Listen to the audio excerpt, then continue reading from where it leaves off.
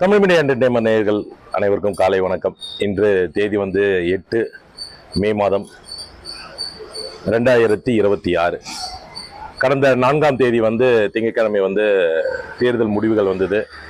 TVK உடைய தலைவர் 108 தொகுதியில் வெற்றி பெற்று முதலமைச்சராக போறார் என்ற ஒரு நம்பிக்கையில் அவர் தொண்டர்களும் எல்லாருமே இருந்தோம். ஆனால் என்னன்னா அதிக பெரும்பான்மை இல்லை என்ற அடிப்படையில் அவர் ஆளுநரை 2 முறை சந்தித்து வந்திருக்கிறார்.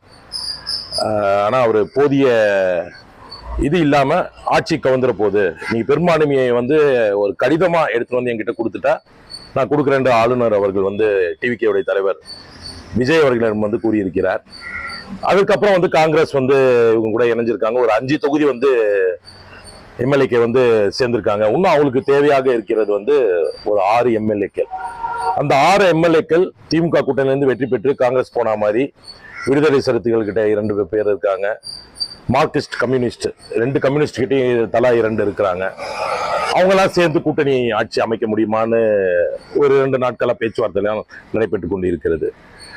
இன்னொரு பக்கம் பார்த்தீங்கன்னா பாமகவோ கூப்பிட்டு அவங்க கிட்ட ஒரு 5 சீட் இருக்கு. அவங்கள கூப்பிட்டானா நிபந்தனைகள் ஏகப்பட்ட நிபந்தனைகள், எங்களுக்கு துணை முதல்வர் கொடுங்க, எம்பி சீட் கொடுங்க, குதிரை பேரம்னு வாங்க பார்த்தீங்களா. இந்த மாதிரி நேரத்தில் தான் அந்த குதிரை பேரம் நடக்கும். அதே மாதிரி ரிசார்ட்ல தங்க வைக்கப்படுவாங்க. இதுதான் மிகப்பெரிய ஒரு ஆச்சரியம்.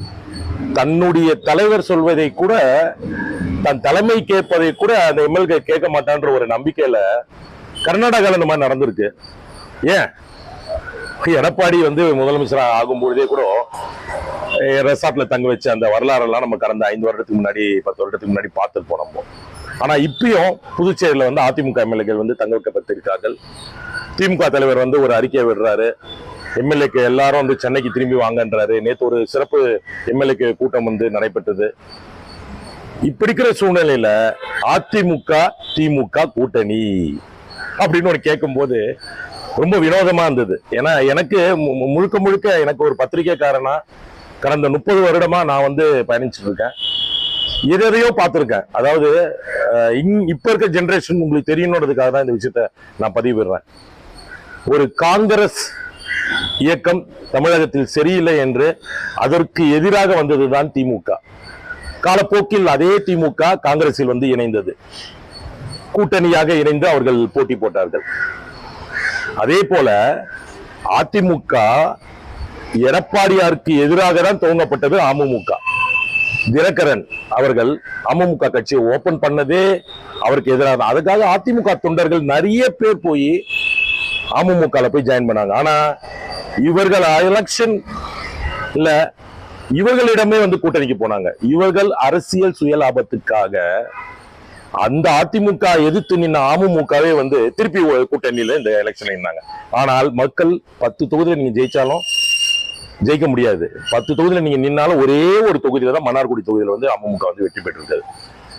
எதுக்கு நான் இதை அழுத்தமா சொல்றேன்னா, அதிமுக திமுக தாராளமாக கூட்டணி வைத்து நீங்கள் ஆட்சி அமையுங்கள். ஆனால் இன்னும் 7 மாதங்களில் உள்ளாட்சி தேர்தல் வரப்போகுது.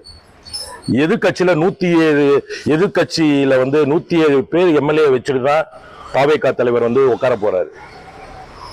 அங்கேயும் பலம் பொருந்த செங்கோட்டையன் ஐயா இருக்காரு, நிர்மல்குமார் இருக்காப்ல, ஆதவர்ஜுனா இருக்காப்ல, நல்ல பேச்சாளர்கள் இருக்காங்க. எதிர்கட்சியா அவங்க ப்ரூவ் பண்ணிட்டு 5 மேயரோ 6 மேயரோ வரப்போகுதுங்க தமிழகத்துக்கு. அதுல ஒரு மேயர் கூட வர முடியாத அளவுக்கு அதிமுக திமுக நிலைமை தள்ளப்படும். மக்கள் மகேசன் தீர்ப்பு போல ஏத்துக்கிட்டு நீங்க ஒரு எதிர்கட்சியா போய் உட்கார்ந்துட்டு குறைநிறைகளை சொல்லுங்க, அடுத்தது ஆட்சிக்கு வரதுக்கான விஷயங்களை பண்ணுங்க. அதை விட்டு குறுக்கு வழியில பேக் என்ட்ரன்ஸ்ல வரணும்னு எதிர்பார்க்கறது எனக்கு ஒரு ஆரோக்கியமா புரியல. என்னை போன்ற இருக்க நபர்கள் சில பேர் கேட்டாங்க, என்னப்பா விஜய் 108 ஜெயிச்சிட்டாரு, நம்ம ஏதாவது சேனல் ஓபன் பண்ணுவாங்களா, பெரிய நீ நானும் போய் ஜாயின் பண்ணலாமான்னு கேட்டாங்க. நான் அப்பதான் சொன்னேன் அவங்க கிட்ட, ஏங்க அதாவது அவரை பத்தி பேசணுன்றதுக்கவே ஒரு வரலாறு. டிஆர்பியே விஜய் தான். அவருக்கு எதுக்கு தனியா ஒரு சேனல்? இருக்கிற எல்லா சேனலுமே அவருக்கு தான்.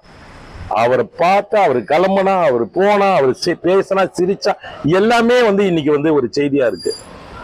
அதே போல் விஜய் அவர்களுக்கு நான் ஒரே ஒரு கோரிக்கை கொடுக்கிறேன். நீங்க எதுக்கும் தளராதீர்கள். உங்களை நம்பி மக்கள் வாக்களித்திருக்கிறார்கள். உங்கள் ரசிகர்கள் மட்டுமல்ல, மக்கள் ஒரு மாற்றத்துக்கான ஒரு அரசியலுக்காக தமிழகத்துக்கு வாக்களித்திருக்கார்கள். நீங்க எவ்வளவோ ஏற்றத்தாழ்வுகள் எல்லாம் பார்த்துட்டு தான் வந்திருப்பீங்க. இந்த 33 வருடம் நீங்க சினிமா துறையில பார்த்த இதுக்கப்புறம் தான் இனிமே கேம் இருக்கு.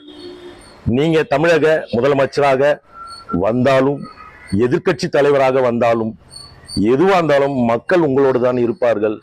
கண்டிப்பாக எந்த ஒரு ஆட்சி அமைந்தாலும் அது மக்களுக்கான ஆட்சியாக அமைய வேண்டும். புதியவர்களுடைய வாக்கு வித்தியாசத்திலேயே நீங்க பார்த்திருப்பீங்க, பர்சன்டேஜ்லயே பார்த்திருப்பீங்க. இன்னைக்கு அதிமுக திமுக கூட்டணி வைக்கிறாங்கன்னா இன்னும் இறுதி ஆகல. அப்படி இறுதியாகும் பட்சத்தில் உள்ளாட்சி தேர்தலில் தாவேகா மிகப்பெரிய வெற்றி பெறும் என்று நான் உறுதியளிக்கிறேன்.